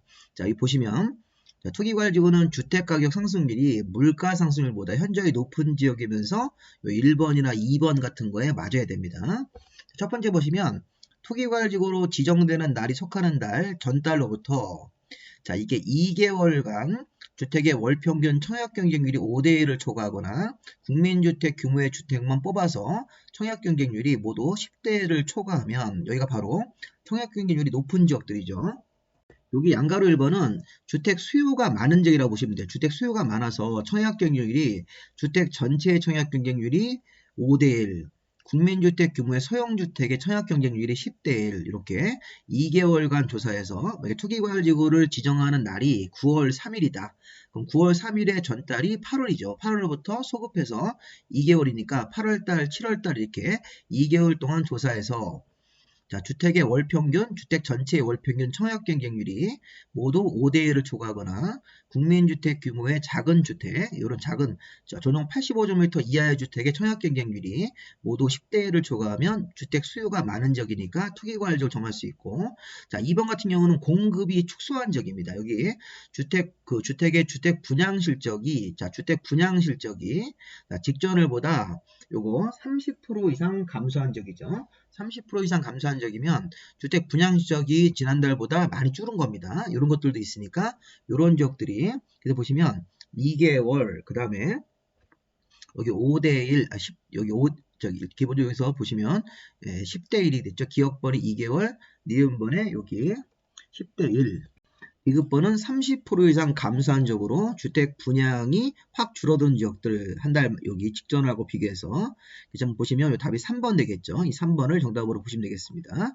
자, 투기과열지구를 정할 수 있는 지역들이 딱 정해져 있으니까 이런 거 한번 잘 보셔야 됩니다. 실제 기출문제에서 이런 형태로 가로놓기로 나온 적이 있었습니다. 투기과열지구를 정할 수 있는 지역들. 자, 참고로 여기 투기과열지구와 조정대상 지역을 정할 수 있는 지역들을 미리 좀 보면요. 자, 먼저 투기과열지구를 먼저 하고 조정대상 지역 보겠습니다. 자, 투기과열지구는 국토부 장관이나 시도의사가 주택가격 안정을 위해서 이 국토부가 할 때는 주거정책심의위원회, 시도의사가 할 때는 시도 주거정책심의위원회 심의를 거쳐서 투기과열지구를 정하고 해제할 수 있다. 이것도 기출지문이죠. 자, 그럼 투기과열지구를 정하는 지역이 우리 금방 봤던 거 요거 저기. 자, 투기과열지구는 직전월로부터 소급해가지고 2개월 동안 자, 주택 전체의 월평균 청약경쟁률이 5대1, 국민주택 규모의 소형주택의 사이즈, 청약경쟁률이 월평균 모두 10대1을 초과한 지역들 이렇게 일반 주택 전체에 대해서는 5대1, 국민주택 규모의 소형주택의 청약경쟁률이 이 두 달간 모두 10대1을 초과했을 때, 자, 두 번째, 주택 공급이 위축되는 지역들, 주택 수요가 폭증해서 5대1, 10대1이 아니라, 자, 이거는 주택 공급이 위축되는 지역이다. 자, 주택의 분양 계획이 직전월보다 30% 이상 감소한 지역들 기출문제 나왔던 거고, 자, 여기 사업계획 승인이나 건축법상 건축허가 실적이 직전 연도보다 급격히 감소했다. 지금 같은 경우 그렇죠. 우리 지금 현재 이 사업계획 승인이나 건축허가가 이게 실적이 많이 줄었습니다. 그래서 앞으로 우리가 3, 4년 뒤에 주택이 건설이 안 된다는 얘기입니다. 그래서 현재 있는 주택 가격이 올라갈 수 있는 가능성도 있다. 이렇게 분석하는 전문가들도 있습니다. 자, 그 다음에 D급번 같은 경우는 참고로 보시는데 주택 보급률이 전국 평균 이하, 자가주택 비율이 전국의 평균 이하 뭐 이런 것들 자, 이런 것도 투기과열지구를 정할 수 있는 지역으로 볼 수 있다. 중요한 건 기억하고 니은번 위주로 여기 2개월간 5대1, 10대1 그 다음에 30% 이상 감소한 지역들 분양계획이 전달보다 자, 이런 것들 위주로 보시고 그리고 투기과열지구는 지정 해제 절차가 국토부 장관은 시도의사 의견을 듣고 시도의사는 국토부 장관하고 협의해서 투기과열지구를 지정 해제를 해야 됩니다. 자, 그리고 해제 보시면 국토부 장관 시도의사는 정당한 사유가 없어졌다고 인정하면 지체 없이 투기과열지구 지정 사유가 없어졌으니까 해제를 해야 되는 것이죠. 자, 그리고 이게 해제 요청도 할 수 있습니다. 아까 문제는 안 나왔지만 시도지사나 시군구청장은 국토부 장관이나 시도지사한테 그러니까 시도는 국토부에게 시군구는 시도지사한테 투기과열지구의 해제를 요청할 수 있다. 그러면 요청을 받으면 국토부하고 시도의사는 40일 안에 주거정책심의위원회 심의를 거쳐서 해제 여부를 결정하고 해당 요청자한테 통보하도록 되어 있습니다. 자, 반기마다 투기과열지구 지정 여부를 재검토하고 해제가 필요하면 그런 것들을 관련 내용들을 해제하고 공고를 해야 되는 것이죠. 자, 이번 조정 대상 지역으로 가보겠습니다. 자, 투기과열지구 이렇게 마무리하시고 조정 대상 지역은 국토부 장관이 다음 기준을 충족하는 지역에다가 자, 이 조정 대상 지역은 이게 과열 지역과 위축 지역 두 개로 나눕니다. 과열 지역이 주택 가격이 올라가는 것이고 위축 지역은 오히려 주택 경기가 이제 침체되는 지역으로 보는 겁니다. 조정 대상 지역은 두 가지로 나눠서 국토부 장관만이 주거정책 심의위원회 심의를 거쳐서 조정 대상 지역을 정할 수 있고 자, 먼저 과열 지역은 주택의 분양 등이 과열되거나 자, 과열의 우려가 있는 지역인데 자, 이것도 보시면 자, 과열 지역을 정하는 조건이 조금 까다로운데 자, 직전으로부터 3개월간 소급해서 자, 이 주택 가격 상승률이 소비자 물가 상승률의 1.3배를 초과한 지역이다. 그러면서 여기 1, 2, 3번 중에 하나가 돼야 됩니다. 자, 먼저 일단 3개월간 자, 물가보다 1.3배 이상 주택가격 상승률이 올라갔고 자, 1번 같은 경우는 아까 투기과열지구랑 이거 유사하네요. 투기과열지구처럼 2개월간 주택의 월평균 청약경쟁률이 모두 5대1을 초과했을 때 국민주택 규모의 소형주택의 청약경쟁률이 모두 10대1을 초과했을 때 이건 아까 투기과열지구랑 같은 조건입니다. 자, 두 번째는 자, 직전월로부터 소급해서 3개월간 분양권 거래량이 전년 동기에 비해서 30% 이상 늘어난 지역들 이렇게 분양권 거래량이 3개월 이상 30% 이상 늘어나면 이것도 과열지역, 조정대상 지역 중 과열지역을 정할 수 있는 지역이 됩니다. 그리고 시도에서 주택 보급률이나 자가주택의 비율이 전국의 평균 이하일 때 이렇게 자가주택 비율이라든가 주택 보급률이 전국 평균 이하면 주택이 부족한 상태라고 생각하시고 이렇게 우리가 조정 대상 지역도 이런 과열 지역 중심으로 2개월간 5대1, 10대1 3개월간 분양권 거래량이 전년에 비해서 전년 3개월하고 비교해서 30% 이상 증가한 지역들 이런 것들을 한번 읽어보시기 바랍니다. 자, 위축 지역 같은 경우는 참고로 보십시오. 위축 지역은 6개월간 평균 주택가격 상승률이 마이너스 1% 이하로 떨어졌을 때 주택가격이 떨어진 지역들이죠. 이런 식으로 해서 이런 추가적인 조항들이 있으니까 한번 참고로 보시기 바랍니다. 자, 조정 대상 지역도 여기 보시면 국토부 장관의 시도의사 의견을 들어서 이런 조정 대상 지역 같은 걸 정하고 이렇게 통보하도록 되어 있습니다. 자, 그리고 이 조정 대상 지역 같은 경우도 시도지사나 시구청장이 국토부에게 조정 대상 지역 해제를 요청할 수도 있습니다. 그리고 재검토 결과 해제가 필요하다고 인정하면 국토부 장관도 조정 대상 지역을 해제를 해야 되는 것이죠. 의무적으로. 자, 조정 대상 지역도 반기마다 국토부 장관이 이 주거정책심의위원회 회의를 거쳐서 주택가격이 안정됐다 이런 것들을 고려해서 조정 대상 지역 지정 유지 여부를 재검토하도록 되어 있습니다. 투기과열지구도 반기마다, 조정 대상 지역도 반기마다 이렇게 재검토하도록 되어 있습니다. 이렇게 하시면 되겠습니다. 자, 문제로 오시면 이게 52번이 아까 투기과열지구 정할 때 여기 2개월간 손해경쟁률이 5대1, 10대1을 초과한 지역들 주택의 분양 실적이 직전월보다 30% 이상 감소해서 주택의 분양 계획이 많이 줄은 지역들이죠. 이런 것들이 이 투기과열지구를 정할 수 있는 지역이 된다. 자, 그 다음에 53번 문제 보겠습니다. 자, 53번은 아까 이게 불가피한세로 전매하는 거 있었죠. 아까 우리 청약통장을 사용해서 주택을 분양받은 입주자 지위나 또는 입주해서 해당 주택을 갖고 있을 때는 전매 제한 기간 동안 전매가 할 수 없는데 불가피한 사유가 있으면 전매가 가능합니다. 자, 먼저 세대원 갑이 자, 아들의 결혼이니까 세대원 갑과 관련된 사람이 결혼하면 자, 세대원 전부가 수도권 바깥으로 나갈 때만 불가피한 사유니까 서울특별시로 들어오면 이거는 불가피한 사유를 볼 수가 없는 것입니다. 자, 갑이 상속으로 취득한 주택으로 이전을 해서 자, 갑이 분양권이라는 게 있었는데 입주자 지위가 있었는데 다시 아버지로부터 상속 같은 걸 받은 겁니다. 그러면 이 갑을 제외한 나머지 세대가 아니라 세대원 전부가 새로운 주택, 상속받은 주택으로 이사를 들어가야지 불가피한세가 되는 거지 갑만 들어가고 갑을 제외한 나머지 세대주들이 세대원들이 들어가지 않으면 이거는 불가피한 사유가 안 되는 거니까 2번도 틀렸습니다. 자, 이거는 2년 이상 해외 취가 나와야 되는 거죠. 세대원 전부가 갑의 세대원 전부가 2년 이상 해외 취를 해야지 불가피한 사유가 되는 거죠. 3번도 틀렸고. 자, 4번. 자, 세대원 갑의 가족은 국내에 있고 갑만 해외로 이민 가고 이런 것들은 불가피한 사유가 될 수 없습니다. 전체가 나가야 되는 거죠. 자, 갑이 이 주택의 일부를 배우자한테 증여하는 거는 혼인 중에 갑이라는 사람이 남자면 남편이 부인한테 일부를 증여하는 거 우리 공동명의를 하자고 또 부인이 남편한테 일부 증여하는 거는 혼인 중에 일부 증여는 불가피한세가 되는 거니까 5번을 정답으로 보시면 되겠습니다. 특히 이 상황에서 분양가 상한제 주택이면 토지주택공사가 이 불가피한 사유를 전매했을 때 이 토지주택공사가 우선적으로 매입할 수 있는 정도 있습니다. 자, 분양가 상한제 주택일 때는 이런 불가피한 사유로 전매할 때 토지주택공사가 우선적으로 매입할 수도 있는 것입니다. 자, 54번은 조정 대상지역 문제네요. 자, 국토부 장관만 주거정책심의위원회 심의를 거쳐서 이 조정 대상 지역을 2번처럼 과열지역과 위축지역으로 구분해서 정할 수 있습니다. 자, 국토부 장관이 조정 대상 지역을 정할 때는 시도지사의 의견을 들어야 된다. 맞죠? 그 다음에 국토부 장관은 조정 대상 지역 유지할 필요가 없다고 판단이 되면 심의를 거쳐서 조정 대상 지역을 해제를 해야 된다. 자, 5번이 이거 반기마다죠. 반기마다 주거정책심의위원회 심의를 소집해서 조정 대상 지역을 계속 할 건지 안 할 건지 유지 여부를 재검토하는 거니까 5번이 틀렸습니다. 자, 이 조정 대상 지역을 과열 지역으로 구분해서 지정하는 요건, 자, 가로 안에 들어갈 것은 이 조정 대상 지역은 3자가 많습니다. 3 보시면 이 국토부 장관이 이 과열 우려가 있을 때 조정 대상 지역을 과열 지역으로 정하는 건데 직전으로부터 소급해가지고 3개월간 주택가격 상승률이 자, 소비자 물가 상승률의 1.3배, 3개월 1.3% 들어가야 되겠죠.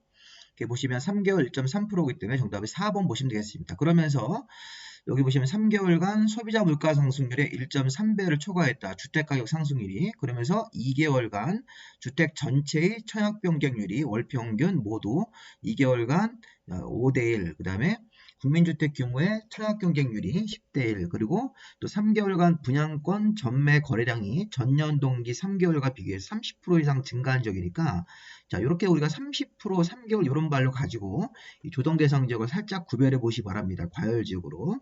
자, 위축적 문제는 생략을 하겠습니다. 자, 그 다음에 우리 저 분양가 상한제는 또 이런 조항이 새로 생겼죠. 입주자들의 거주 의무가 있다. 자, 우리 분양가 상한제는 기본적으로 싸게 분양을 받았으니까 그 분양받은 사람이 실제 거기에 거주를 해야 된다는 거죠. 이게 뭐 전세 같은 걸 놓지 말고 거주 의무. 그래서 우리가 이 분양가 상한제가 수도권에서는 자, 공공택지로 내려가서 자, 인근 지역의 주택 매매가격의 80% 미만으로 아주 싸게 분양받은 사람. 예를 들어서 인근 지역의 새 아파트 주택 매매 가격이 10억이다. 10억에 80% 미만이니까 예를 들어서 뭐 7억 5천이라든가 7억 이런 식으로 80% 미만이니까 10억에 80% 미만이면 뭐 7억 5천, 7억.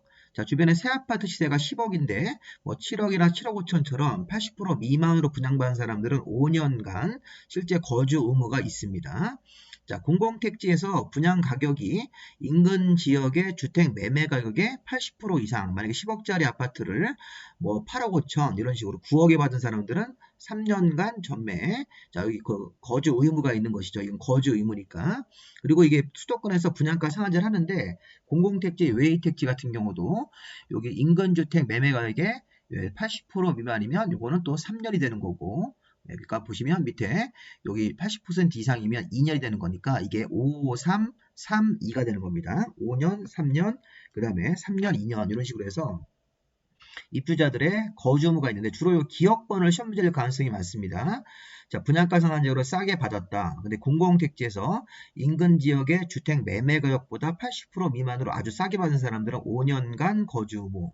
근데 자, 요 같은 상황에서 인근 주택 매매 가격의 80% 이상으로 좀 덜 싸게 받은 사람들은 3년, 네, 공공택지, 외의택지에서도 80% 미만 받은 사람들은 3년, 공공택지, 외의택지, 여기 공공택지, 외의택지에서 자, 인근 주택 매매 가격의 80% 이상 받은 사람들은 2년이고, 또 행정중심 복합도시 세종시에서 이게 법정된 기관, 공무원들이죠. 공무원들이라든 각종 공기업에 종사하는 사람들도 싸게 주택을 분양받습니다. 분양받았을 때 이것도 3년간 실제 그 입주자가 거기 실제 거주를 해야 될 의무가 있는 것입니다. 자, 이런 식으로 해서 이 분양가 상한제로 싸게 받은 자들은 또는 행정중심 복합도시에서 이사를 갈 수 있게끔 주택을 분양받은 사람들은 아주 가격을 싸게 받았기 때문에 의무적으로 거기 거주해야 될 의무 같은 기간을 만든 거죠. 정답은 지금 보시면 여기 5년, 3년 들어가면 되는 거니까 정답을 1번으로 보시면 되겠습니다. 자, 여기까지가 공급 부분 문제였는데 굉장히 어렵습니다. 우리나라 공급 제도가 굉장히 복잡해가지고 어려우니까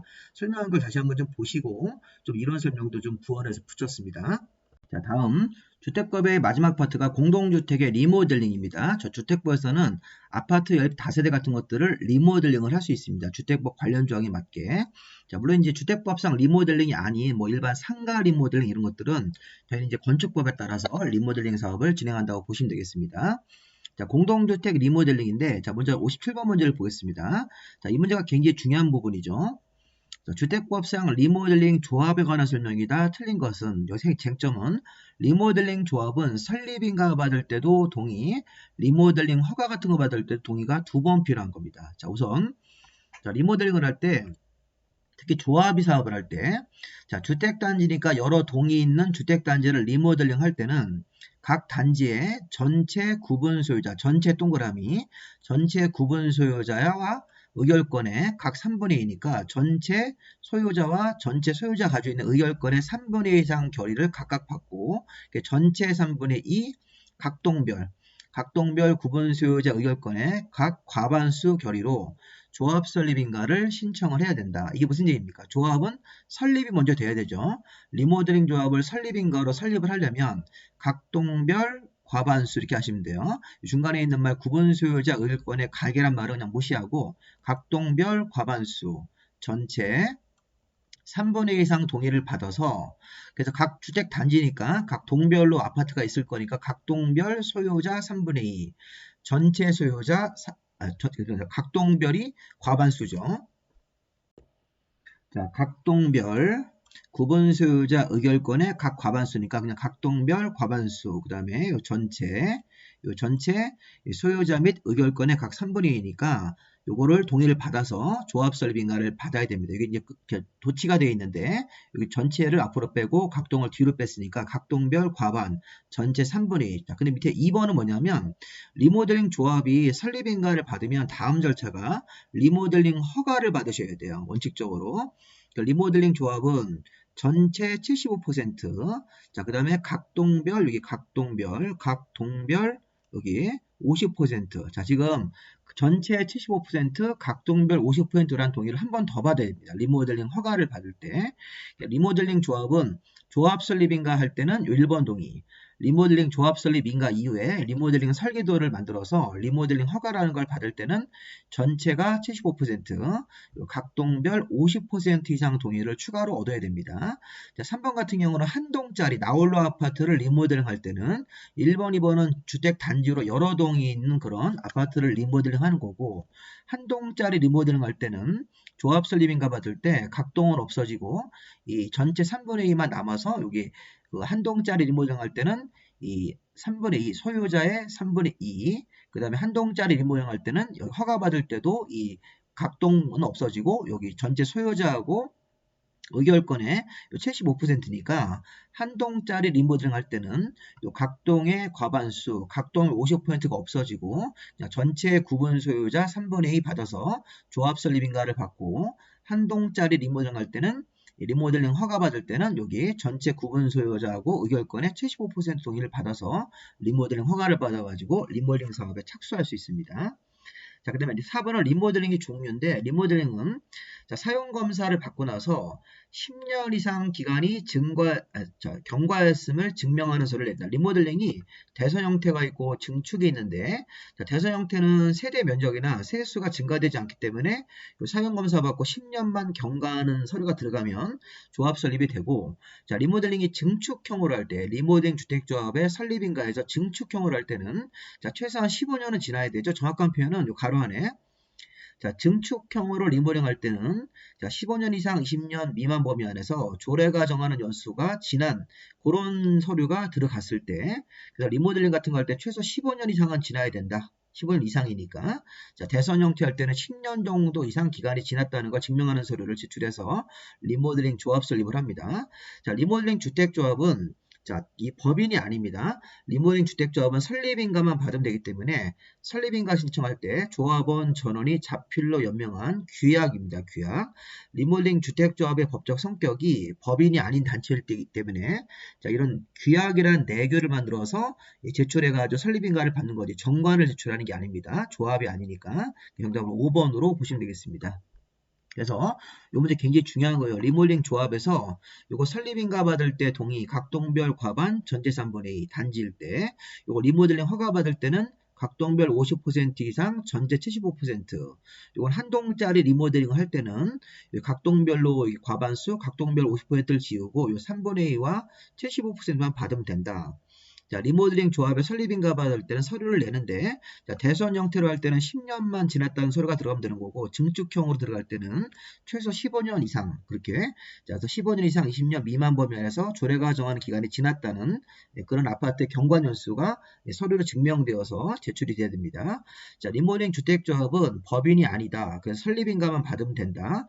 설립인가 받을 때는 이런 이 조합의 내규로 정관을 만들지 않죠. 우리 앞에서 정비법 할 때 재건축 재개발 조합은 법인이기 때문에 정관을 제출해서 설립인가 받고 등기까지 했는데, 주택법상 지역 직장 리모델링 조합은 설립인가만 받으면 되고 등기 안 하기 때문에 관련 서류도 이 정관을 만드는 게 아니라 규약을 작성해서 제출한다. 정답이 5번입니다.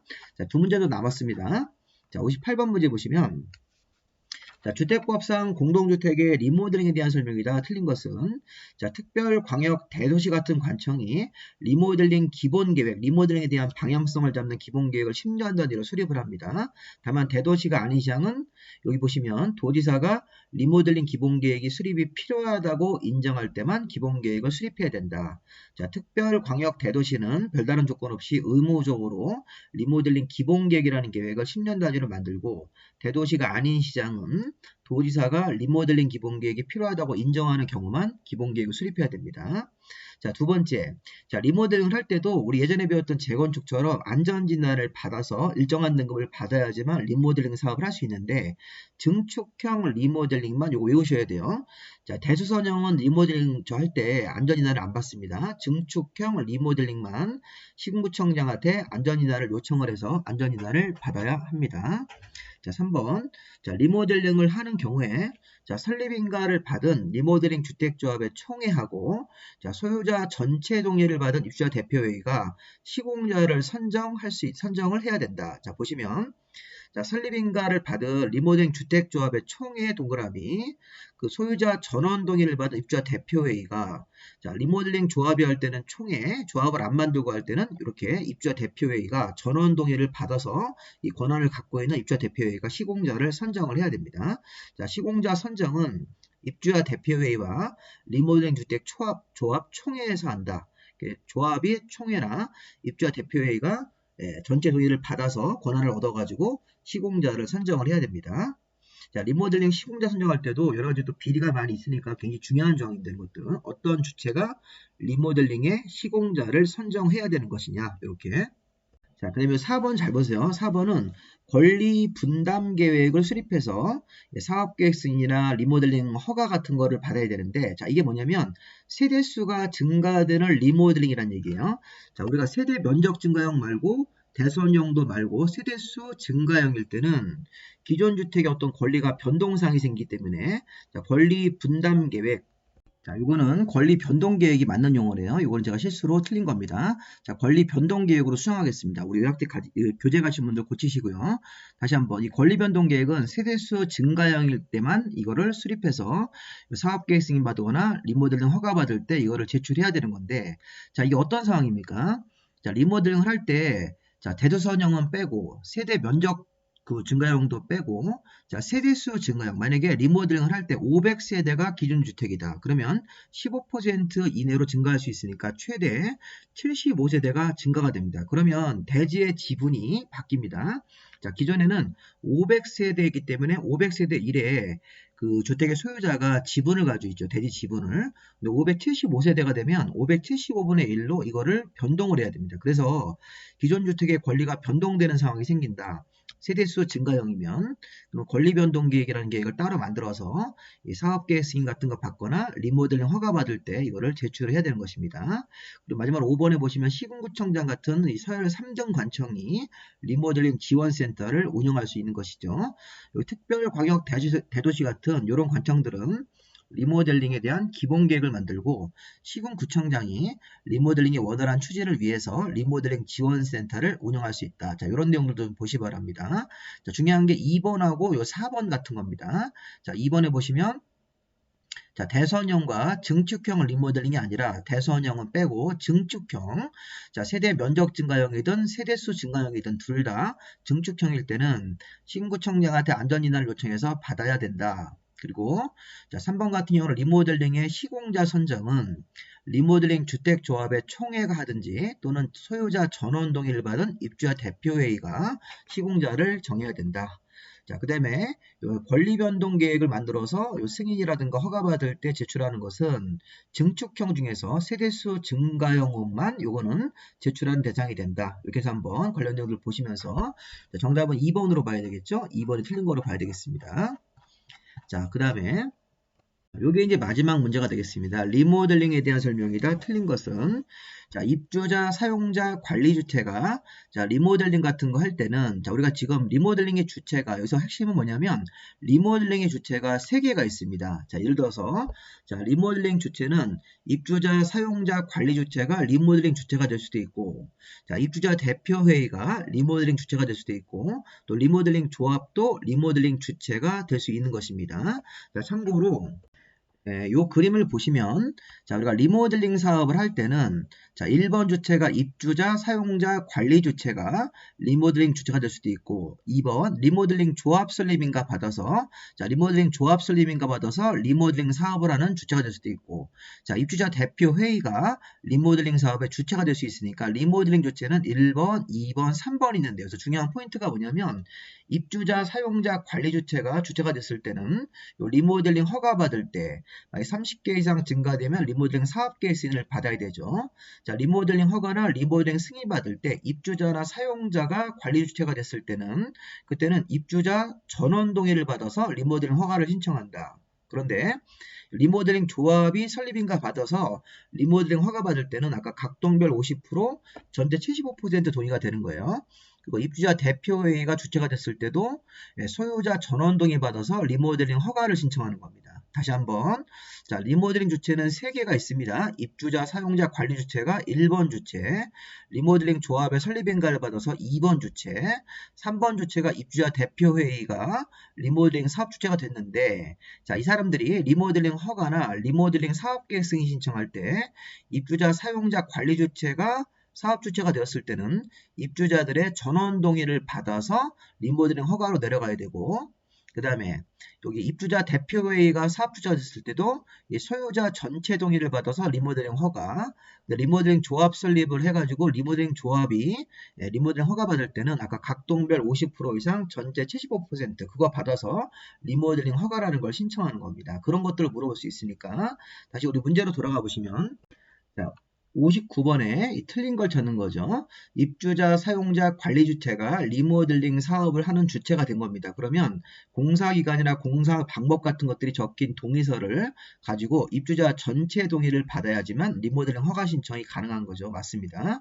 자, 입주자 전체 회의가 공동주택 리모델링 주체가 됐을 때도 각종 결의서 같은 것들을 만들어서 또 소유자 전원동의, 지금 여기 전원동의고 여기 또 전원동의입니다.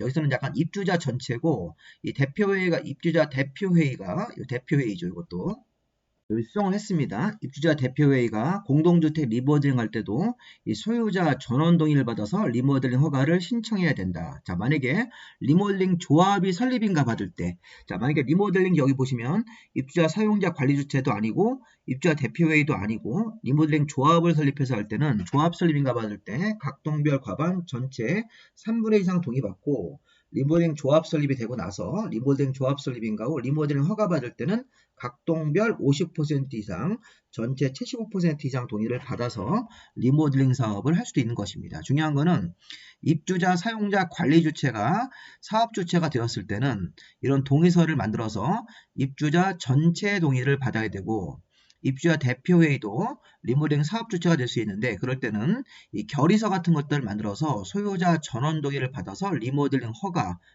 허가를 받을 수 있는 것입니다. 자, 그 다음에 리모델링은 동별, 단지별로 가능하죠. 자, 동별로도 할 수 있고 단지별로 할 수 있습니다. 자, 4번 같은 경우는 입주자 공유가 아닌 복리설은 사용검사를 받고 나서 이게 10년이 지난 복리설로서 증축 같은 경우는 이게 10분의 1 이내로 리모델링 증축. 자, 이거는 바로 복리설이기 때문에 상가 리모델링입니다. 자, 상가 리모델링 같은 경우는 이게 4번 지문은 상가를 리모델링 하는 겁니다. 자, 우리가 여기서 복리설이 주택단지 안에 복리설이면 이게 근린생활설 같은 상가입니다. 우리죠. 음마아파트 상가 같은 거. 그런 상가 리모델링은 적어도 이게 10년은 지나고, 그 다음에 상가 리모델링을 기존 연면적의 10분의 1 이내에서 증축되는 그런 형태로 리모델링 허용됩니다. 여기 해설 보시면 교재는 여기가 5년하고 여기에 5분의 1 됐는데 이거 고치셔야 됩니다. 10년이 지난 복리설이면 자, 기존 연면적의 10분의 1 이내에서 증축 같은 형태로 상가 리모델링도 허용이 된다. 이렇게. 자, 10년 지나야 되고, 자, 기존 연면적의 10분의 1 이내로 리모델링 허용된다. 이건 복리설 리모델링.